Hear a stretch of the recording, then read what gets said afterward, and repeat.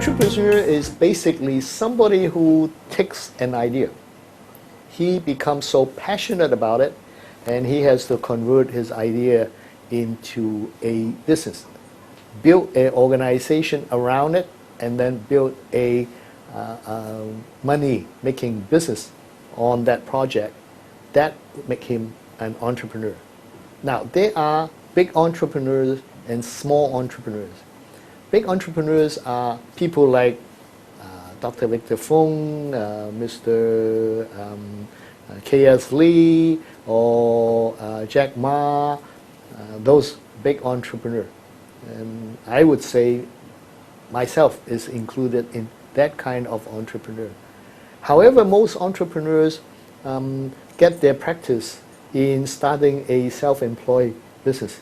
You can be an entrepreneur running a flower shop first, running a student tutorial school, a coffee shop, a cafe. Running a small business, basically, you have to have passion, because without passion, you will not be able to stay within what you want to do. Having passion is the first thing. Then the second thing is focus, the ability to focus.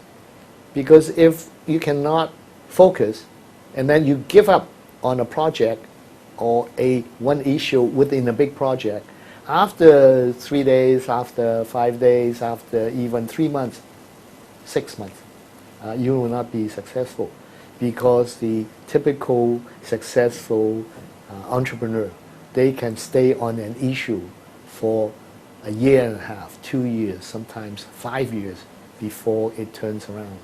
So those are the things, those are the two. The third one is what I call sleep factor. We always talk about the IQ, the EQ, the ability to sell, and so on. But IQ, EQ, and all the other ones are actually qualities that you need.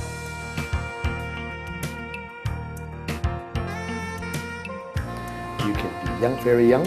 Some people start auctioning stamps on internet when they were 12 years old. Some people started building computer for sale. So when you have a good idea, and it is an idea that sells, you should start early.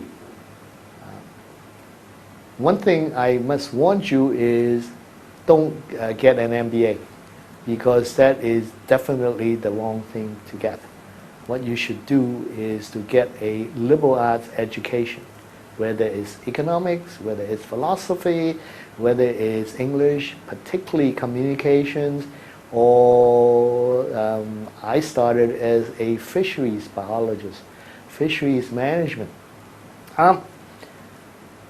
I emphasize a lot on the liberal arts education because I definitely have seen people who has a very narrow training, and as a result, there is a famous Jewish proverb saying, it says, if a hammer is your only tool, every problem looks like a nail. So if you have a broad education, and if you're interested in art, in architecture, or physics, or literature, drama, sociology, and so on, the more domain or more area that you look into, that means you collect more tools, because each domain has its own way of solving problems. So if you have only one way of solving problem, it's like having just a hammer. Everything comes out, you can only hammer it. I strongly endorse the Fung Scholars Conference, annual conference, because I do really believe that we build network. Network are things that give us extra dimension when we try to do things. Particularly when you have a network of leaders, it's very useful for your future. And also because a conference, you come together, you meet people that you would see them by their name. However, coming together and share the same ideas, share the same values, and share the same language, that is very important. It can develop into a very powerful dimension in your leadership and also your future entrepreneurial startups, because when you start up something, you're going to need all the things and all the people you can get your hands on.